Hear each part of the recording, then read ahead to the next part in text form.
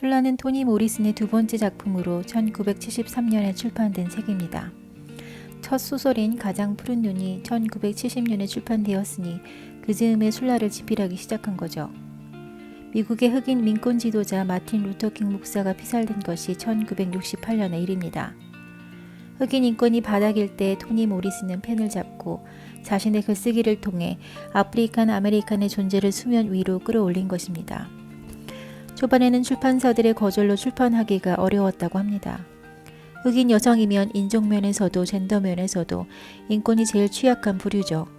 하지만 마침내 노벨 문학상까지 받을 정도로 그녀의 글발이 얼마나 강력했는지 알 수 있습니다. 이 책 술라에는 흑인 공동체의 현실 속에 살아가는 두 흑인 여성 넬과 술라를 중심으로 나와 공동체 그리고 우정, 인물 내면에 숨은 상처에 대한 작가로서 말하고 싶었던 주제에 대해 생각해보면 좋겠습니다. 책은 1부와 2부로 나뉘어져 있고 각각 시간의 흐름에 따라 1919년부터 1965년까지 이야기가 전개됩니다. 나레이터는 소설의 배경인 오하이오 흑인 동네 바텀 마을이 백인들을 위한 골프장과 저택을 마련하기 위해 사라지는 것을 애도하며 시작합니다. 그러면서 바텀 마을의 역사를 소개합니다. 당시에는 메달리온에는 백인들이, 바텀에는 흑인들이 따로 구역을 나눠 살았습니다. 아이러니하게도 바텀은 밑바닥이라는 뜻임에도 불구하고 정작 언덕 위에 있는 마을입니다. 과거 백인 농장주가 흑인을 노예로 부리면서 일을 잘하면 자유와 자그마한 저지대 바텀 땅을 준다고 약속합니다. 그런데 나중에 보니 약속한 자유는 줘도 상관없었지만 비옥한 계곡에 땅을 내어주기가 싫었습니다. 그래서 속임수로 언덕의 꼭대기를 가리키면서 저기가 약속한 바텀이라고 합니다. 하지만 저기는 언덕인데요. 아, 하늘에서 내려다볼 때는 저기가 바닥이지. 우리는 저기를 천국의 바닥이라고 불러. 최고 좋은 땅이지. 그렇게 노예는 그 땅을 갖게 됩니다. 사실 노예 제도가 폐지되면서 흑인들은 자유를 얻었지만 그간 노동에 대해 온당하게 보상을 받지는 못했죠. 그렇게 정작 토양 부식이 심하고 척박한 땅 바텀에 흑인들이 살게 되고 기름진 계곡의 마을에는 백인들이 살게 됩니다. 이렇게 언덕 위의 밑바닥 바텀은 비옥한 계곡의 삶과 대비되는 척박한 언덕으로 내몰린 흑인의 밑바닥 삶을 보여줍니다. 그러나 흑인들은 풍자적으로 우리가 백인들 위에 살고 있고 그들을 내려다보고 있다면서 그들의 삶의 고통에 위안을 삼는 농담을 던지고 춤과 노래로 이겨내려고 합니다. 다음으로는 1차 세계대전에 참전했다가 거의 정신이 나간 상태에서 귀향한 흑인 병사 슈드렉이라는 인물이 등장합니다.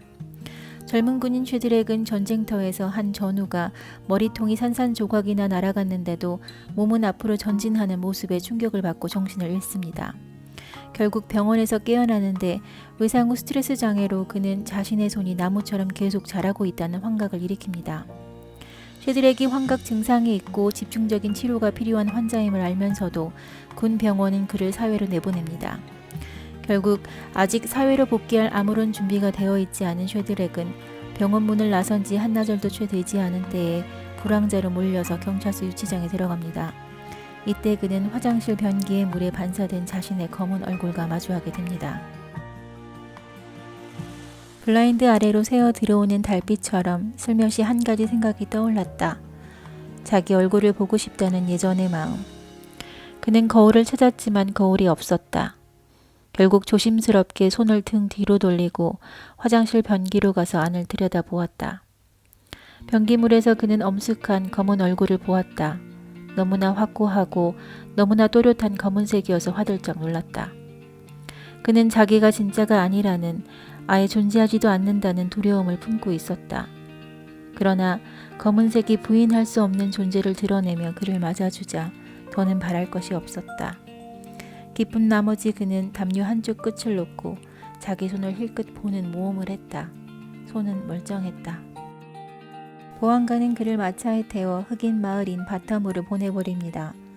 그렇게 쉐드렉은 바텀으로 오게 됐고 마을에서 멀리 떨어진 강가의 오두막에 집을 마련합니다. 그러나 언제 죽을지 모르는 두려움 때문에 스스로 전국 자살일 기념일을 1월 3일로 정하고 1년에 하루 그날 혼자 행진을 합니다. 마을 사람들은 그가 처음엔 불쾌하고 싫다가도 매년 반복되자 1월 3일은 전국 자살의 날로 그들의 마음에도 각인되게 됩니다. 쉐드렉이 전국 자살이를 제정한 것은 사실 죽기 위해서가 아니라 살기 위해서였습니다. 매일 죽음에 대한 공포 때문에 죽음은 1년에 하루만 생각하자며 다른 날은 잊고 살 수 있도록 말입니다. 본격적으로 주인공이며 친구 사이인 어린 넬과 술라, 그리고 주변 인물들의 이야기가 그려집니다. 넬의 집은 늘 정돈되어 있습니다. 넬의 엄마 헬렌은 남부에서 이곳으로 시집왔는데요. 남들에게 고상하고 반듯한 이미지로 종교적 도덕적 신념으로 넬을 키웁니다. 넬은 권위적인 엄마로부터 순종적이고 수동적인 아이로 자랍니다. 반면 술라의 집은 설거지통에 설거지가 쌓여있고 늘 사람들이 드나드는 자유분방한 곳입니다. 술라는 넬의 엄마와 달리 잔소리도 하지 않는 방임적 엄마 한나와 다리가 하나뿐인 할머니 에바와 살고 있습니다. 넬의 엄마는 에바와 한나가 유부남을 가리지 않고 여러 남성들과 사귀는 사실에 술라와 친구하지 말라고 하지만 넬은 술라와 친하게 지냅니다. 이렇게 대립되는 양상의 두 가족의 모녀관계 비교는 소설 속에선 넬과 술라의 성장과 자아 추구에 영향을 주는 모습을 보여줍니다. 어느 날 헬렌은 그녀를 키워준 할머니가 위중하다는 소식에 딸 넬을 데리고 기차를 타고 남부로 갑니다. 남부는 북부보다 인종차별이 더 심했던 터라 기차에는 화장실도 없는 흑인 전용 칸이 있었습니다. 이 시기에는 흑백 분리정책인 짐 크로법이라고 일테면 공공시설에서 백인이 사용하는 곳에는 흑인이 들어갈 수가 없고 버스나 기차 등의 흑인 백인 칸을 따로 만드는 등 합법적으로 인종차별을 했던 법이 있었습니다. 기차에서 칸을 잘못한 엄마 헬렌은 딸 넬을 데리고 흑인 칸으로 이동하려고 하자 백인 승무원이 윽박 지르듯 여기서 뭐하는 거냐는 말에 그간 늘 당당하고 권위적인 태도를 보이던 엄마가 한순간에 비굴하고 바보 같은 미소를 지으면서 칸을 잘못 탔다 말하는 모습을 보게 됩니다. 엄마가 자기를 걷어찬 주인한테 꼬리를 흔드는 길거리 개와 같았다고 서술합니다. 엄마의 연약함을 마주하게 되면서 넬은 이때 수치스러운 감정과 한편으로는 왜인지 기분이 좋습니다. 집에 돌아왔을 때 넬은 거울 속에 비친 자신의 모습을 보며 난 누구의 딸이 아니라 나는 나야 라고 선언합니다. 술라와 넬은 절친한 친구 사이가 됩니다. 어느 날 아일랜드 이민자 아이들이 이 두 소녀를 괴롭히려고 할 때 술라는 주머니에서 작은 칼을 꺼내 소년들 앞에서 자기 손가락에 살점을 팹니다. 뚝뚝 떨어지는 피를 보여주며 말하죠. 내가 나한테 이런 짓을 하는데 너희들한테 무슨 짓을 못할 것 같니? 그렇게 소년들은 혼비백산 도망칩니다. 자신을 자해하는 방법으로 자신과 넬을 구하는 술라의 모습입니다. 술라네 집의 남자들은 가출하거나 죽었습니다. 이 대가족의 사령관인 할머니 에바는 젊었을 적 남편이 떠난 뒤 근근히 생활을 이어가다가 어린 아들이 매우 아프자 한계에 부딪힙니다. 평온해진 풀이 잠들자 침묵은 그녀에게 생각할 틈을 허락했다. 다음날 아이들을 이웃에 맡기고 마을을 떠났다가 18개월이 된 후 다리 하나를 잃은 채 돈을 들고 마을로 돌아옵니다. 그리고 그 돈으로 집을 짓습니다. 소문에는 보험금을 타려고 다리를 일부러 다치게 했다는 말이 돕니다. 자녀들을 먹여 살리기 위해 다리가 잘려나가는 것도 불사했던 강인한 어머니 에바는 전쟁에서 돌아와 트라우마를 겪으며 마약 중독으로 사람처럼 살지 못하는 그 아들 플럼을 불태웁니다.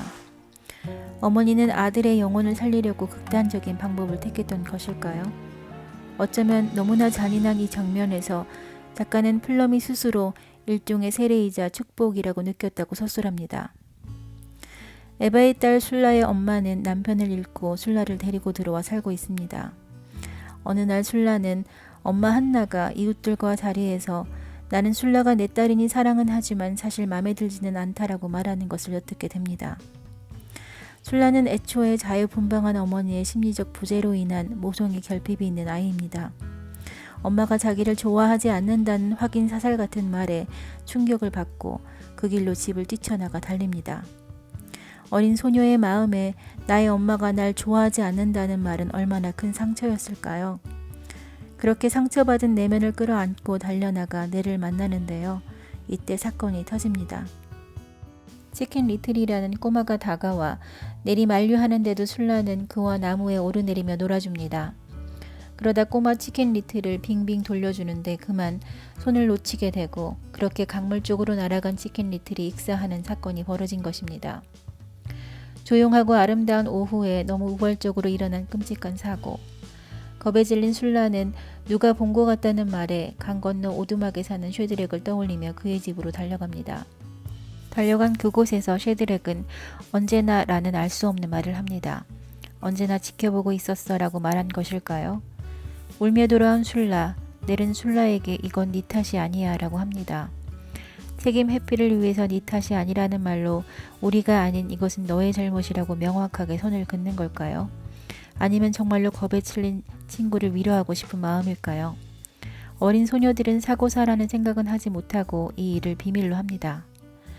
치킨 리틀의 시신은 며칠 후에 백인들에게 발견됩니다. 건지려고 보니 흑인 아이라 그는 반쯤 배에 걸치다 말고 방치합니다. 보안관도 자기네 할 일이 아니라는 식으로 조사조차 하지 않습니다. 그렇게 소년의 시체는 부패되어 쓰레기처럼 바텀 마을 사람들에게로 돌아옵니다. 마을 사람들은 그들의 태도에 아무도 항변하지 않고 장례를 치릅니다. 흑인 공동체는 이처럼 고통을 이겨내려 저항하지 않고 그저 감내하는 순응적 태도를 보입니다. 술라는 자책감의 공포 속에 휩싸여 있으면서도 이런 어른들의 모습은 이해할 수 없었을 겁니다. 마을 전체를 향한 술라의 분노와 일탈이 여기서 시작되었나 봅니다. 그러나 비극적인 사건은 끝나지 않았습니다. 어느 무더운 날 마당에서 불을 지펴 일하던 엄마 한나의 옷에 불이 붙어 그 자리에서 불에 휩싸인 한나는 고통에 펄펄 뛰어오릅니다. 3층의 휠체어에 앉아 창밖을 보게 된 에바는 순식간에 창을 깨고 한나를 향해 몸을 날립니다. 하지만 계속 날뛰던 한나가 움직이는 바람에 에바는 다른 곳으로 떨어지게 되는데요. 큰 충격에도 의식적으로 한나를 살리려고 다가가려고 하는 장면은 에바의 모성애가 얼마나 강한지 보여줍니다. 다른 이웃들은 현장으로 달려가지만 속수무책입니다. 그렇게 한나는 죽게 되고 피를 많이 흘린 에바는 병원으로 이송됩니다. 아들은 불에 태워 영혼을 살리자고 했고 딸은 몸을 던져서라도 불을 꺼서 육신을 살리려고 했던 에바의 모습은 상충되지만 그녀 방식의 모성애입니다. 정신이 든 에바는 마을 사람들에게 이상한 말을 합니다. 바로 술라가 엄마가 불타서 펄펄 뛰고 있는데 가만 서서 바라보고만 있었다는 겁니다. 마을 사람들은 아마도 아이가 충격 때문에 몸을 꼼짝 못한 걸 거라면서 말하지만 에바는 술라가 엄마가 타면서 춤을 추는 듯 펄펄 뛰는 광경을 그저 흥미롭게 보고 있었다고 믿습니다. 술라는 자아가 상실되어 아무런 공감을 하지 못하는 것일까요? 1927년 성인이 된 넬은 주드라는 남자와 결혼합니다. 주드는 호텔 웨이터로 일하지만 쟁반보다는 무거운 연장을 들고 마을의 새 도로를 닦는 건설 현장에서 일하고 싶었습니다. 하지만 흑인 남성이라는 이유로 기회를 박탈당한 거죠. 흑인 청년이 겪어야 하는 사회적 심리적 좌절은 뇌과의 결혼으로 보상해주는 탈출구이자 세상이 주는 수치심과 분노를 위로받기 위한 선택입니다. 결혼에 소극적이었다가 넬은 그의 상심을 알아채고는 그의 분노에 위로와 이해로 결혼을 결심합니다. 그래서 주드를 통해 넬은 처음으로 자기의 미소가 작은 기적이라는 것을 알게 되었다고 고백함으로써 자신이 아닌 다른 사람을 통한 존재의식을 갖습니다. 넬은 그렇게 엄마처럼 되지 않겠다고 하면서도 어느새 엄마 헬렌을 닮아 있습니다. 치킨 리틀과 엄마를 잃고 넬마저 주드와 결혼하자 술라는 바텀 마을을 떠나는 것으로 일부가 마무리됩니다.